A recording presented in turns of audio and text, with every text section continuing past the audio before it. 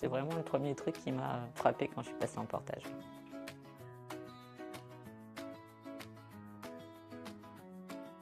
Il y a quelque chose effectivement qui m'a assez marqué quand je suis sortie de l'ESN et que j'ai basculé en portage. En ESN, donc forcément, j'avais une assistante qui je devais faire mes CRA, donner mes notes de frais si j'en avais. Et bon, moi, étant toujours un petit peu à la bourre, je me faisais régulièrement rattraper un petit peu par la patrouille. Et puis bon, mon assistante régulièrement, elle m'appelait pas très contente parce que j'étais jamais dans les délais pour donner mes CRA et mon compte rendu d'activité. Quand j'ai basculé en portage, donc du coup pareil, en portage il faut aussi donner des CRA et donner la visibilité sur son compte rendu d'activité. Et là c'était drôle hein, parce qu'en fait l'assistante du coup de la société de portage, elle me voyait comme une cliente. Et donc en fait c'était vraiment quand j'étais en retard en mode oui, on comprend, votre priorité c'est votre mission, donc c'est pas grave.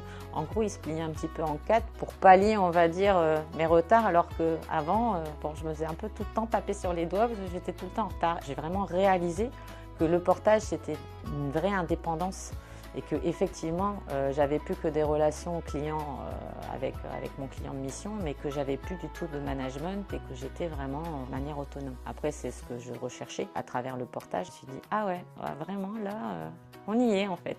J'ai vraiment l'autonomie, l'indépendance. C'est vraiment le premier truc qui m'a frappée quand je suis passée en portage.